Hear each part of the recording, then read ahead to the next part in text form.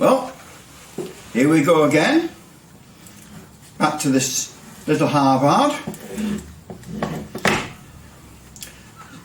So far not a lot of success, as you've been gathering, as it's been well and truly blown up. Changed the diode, the protection diode, which in a lot of cases fixes it. Oh dear, my pet seagulls are wanting food again. That's the trouble in living by the seaside. I say my pet seagulls. When they have the babies at certain times of the year, the babies have a habit of falling off the roof and then wandering in my kitchen if I leave the back door open and demanding food. And I've quite often heard loud noises, gone in the house, gone into the kitchen and found 3 seagulls all on the floor in the kitchen looking hungrily at me, and being an idiot I feed them. Anyway, we're digressing. So we've changed the diode, no success. Next thing you change, the output, audio output chip, which I changed, again no success. Eagle-eyed viewers of the video showing that might have spotted when I actually put it in, I didn't appear to put the little transparent piece between the heatsink and the chip. Well, I did, but it didn't show up on the video because the video was heavily edited and clipped, and I did spot it before I put it all together. Anyway, that's that. So the next thing now, the next regular thing that blows is this little integrated circuit here. Again, buried deep in the electronics. So, next thing, that's got to come out and be replaced. And this is proving a problem, because you just can't get the parts anymore. I mean, at one time when I was doing this, everything was easily obtained, plentiful, but not anymore. So we're going to now get that chip out and then replace it and see if that makes it work. But this is being a real problem, all because some idiot didn't use a fuse. So off we go. Get this chip out. Again, this will be heavily edited because I don't want to bore you to death with hours of me struggling along to get chips out. But we'll give it a go. See if we get anywhere. Will this ever work? I wonder. 3, 4, 5, 6, 7. Get the light on it so we can see what we're doing. As much as light as possible. And we'll get on to it with the old solder sucker.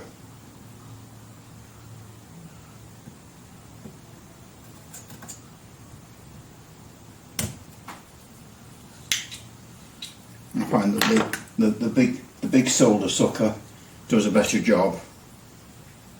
The little one is very good, but it doesn't suck like Old Faithful.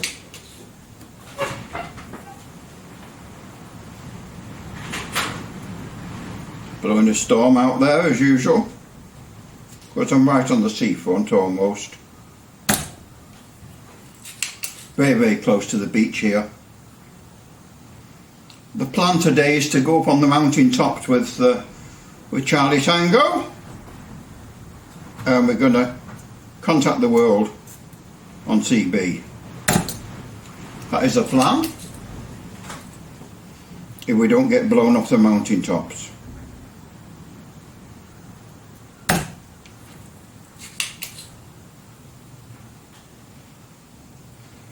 One of the problems with taking these chips out is they have a habit of bending the blooming leads over.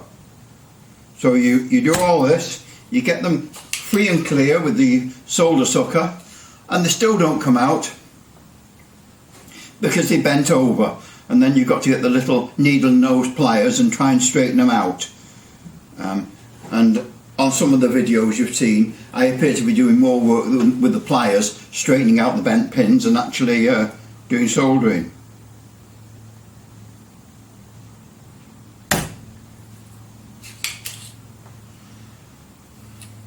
I shouldn't be here right now.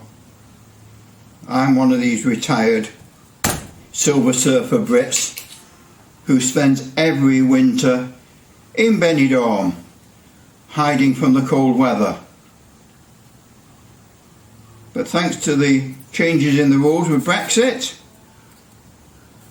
I now can't spend as long over there. I can only go over for 3 months at a time. And I've had my 3 months in the sun, so now I'm here shivering. Fed up.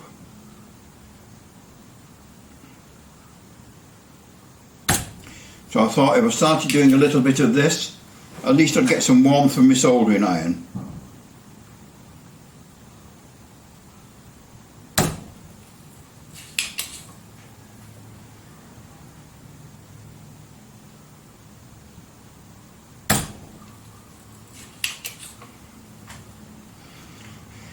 Oh, these bent over pins.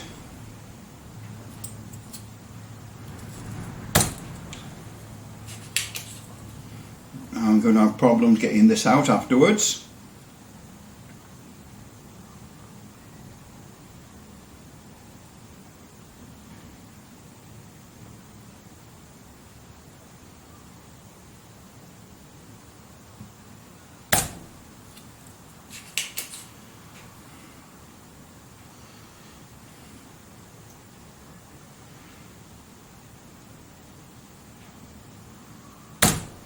I used to do this all the time in the 80s, repairing these radios.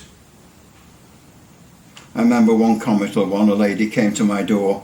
She'd put the power the wrong way around. She admitted she'd done it, connected the power the wrong way around, blown it up, and she needed it urgently. Anyway, she left it with me. I got it all working, fixed everything perfectly. She came to pick it up the next day. Went out, connected it up in the car. A couple of minutes later the doorbell went. She says, "You never guess what, I've connected it the wrong way again. Can you do it again?" So it was back in the workshop. Never even got to turn it on. Oh dear. But fortunately she did have a fuse, so it wasn't too bad. It was just a case of replacing the diode both times.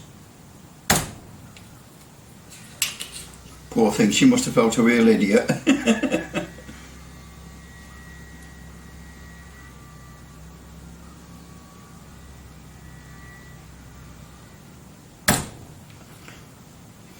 But I picked up a pretty good tip from a friend of mine who was repairing commercial transceivers, his PI equipment, and it was a good tip. I did it, I copied his idea, that in the red and black leads for your power, which went whizzing off to the car battery in that time, I didn't have a cigarette lighter, you put two fuse holders.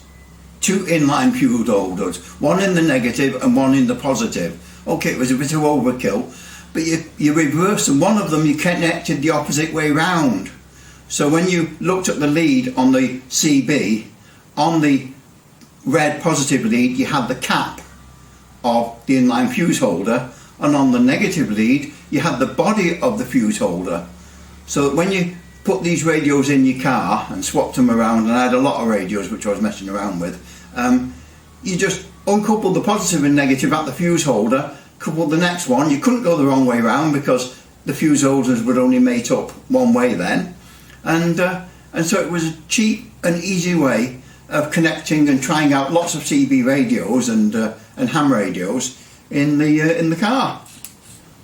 And I must get around to doing that again one day, because you get so many different connectors. Some have got cigar lighter plugs, some haven't.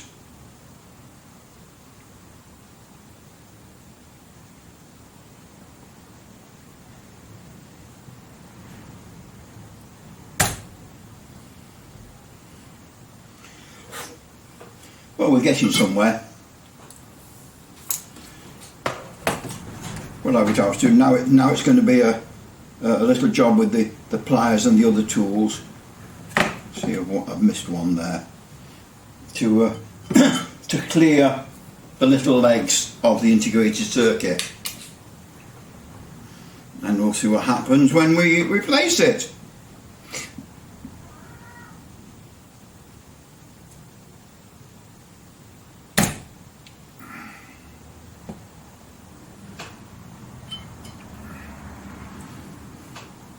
So I think we'll cut the actual video here, because I don't want to bore you with hours and hours and hours. But we've got it pretty well clear now. But it'll need a little final touch before it comes out, and then we'll try and pry this printed circuit out with the various tools. We've got a little scraper for levering it. We've got the needle nose pliers, and we've got this little thing for hooking it out. So wish me luck, and we'll see if it works this time.